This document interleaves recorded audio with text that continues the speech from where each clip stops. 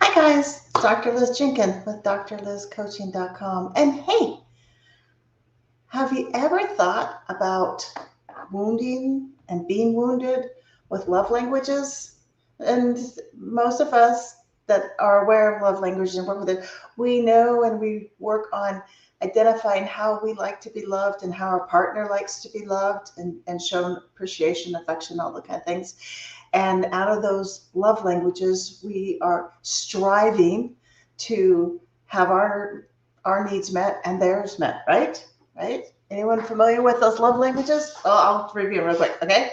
Because unknowingly, we also can wound, and we can be wounded terribly on our own, and we can wound our partners and our spouses completely unintentionally, innocently. So, what are the five love languages? Well, we know that there are acts of service, right?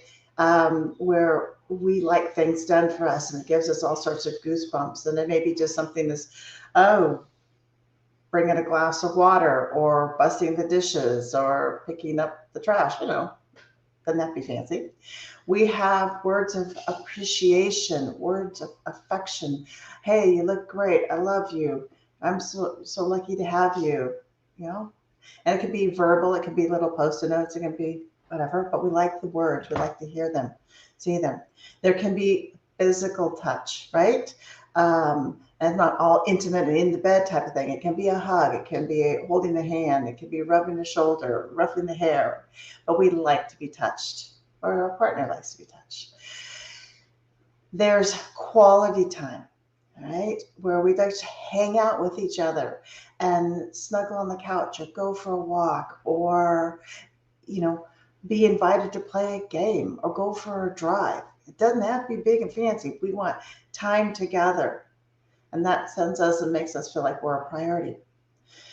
And then, finally, there's gifts. And the gifts don't have to be huge, big, expensive, or they can. And we like to receive, or we know that our partner likes to receive, and so we make sure we give them things. Hey, I found this rock, thought of you.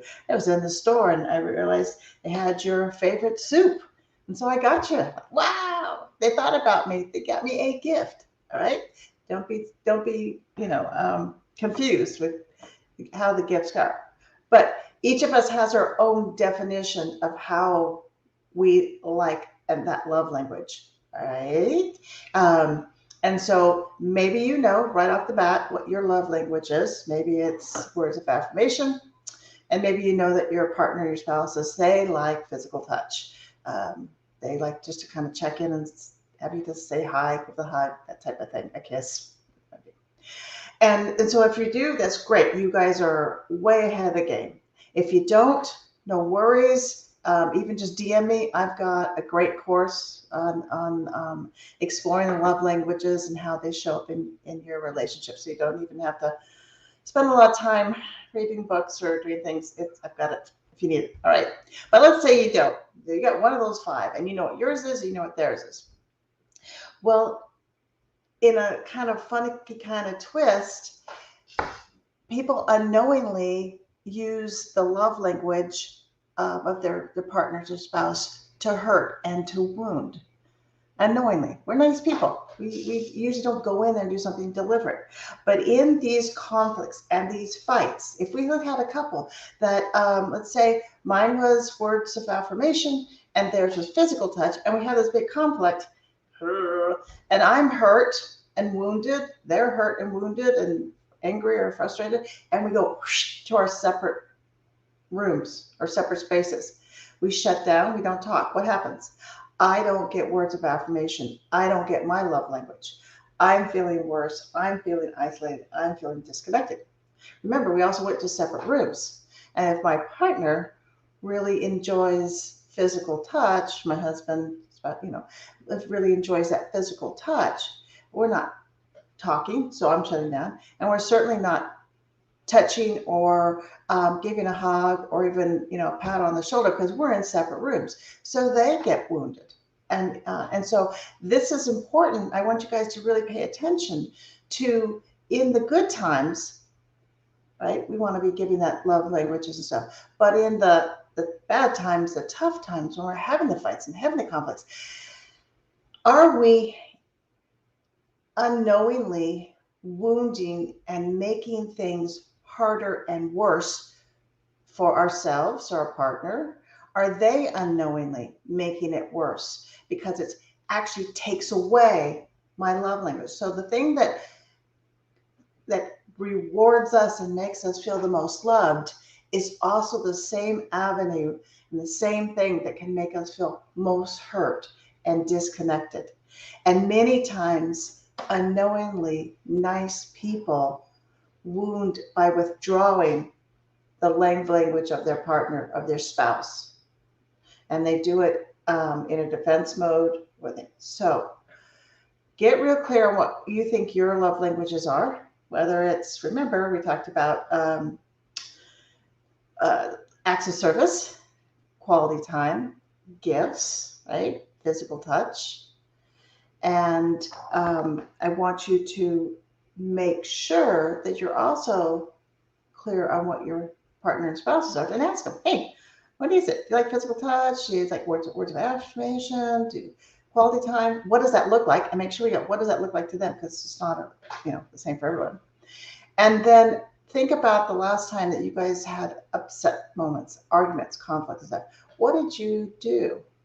Did you stop saying nice things? Did you stop doing things for them? You're upset and you're hurt, and you realize now that they like acts of service. Well, and so you stopped doing the laundry, okay? Or you only did your part of the task, or you got up out of the room and you didn't ask them if they wanted something to eat or something to drink. We want to really get really, really clear. The quality time, and you're feeling wounded, you may be withdrawing into your video games or your computer. And so there's no longer any time, even just hanging out on the couch together.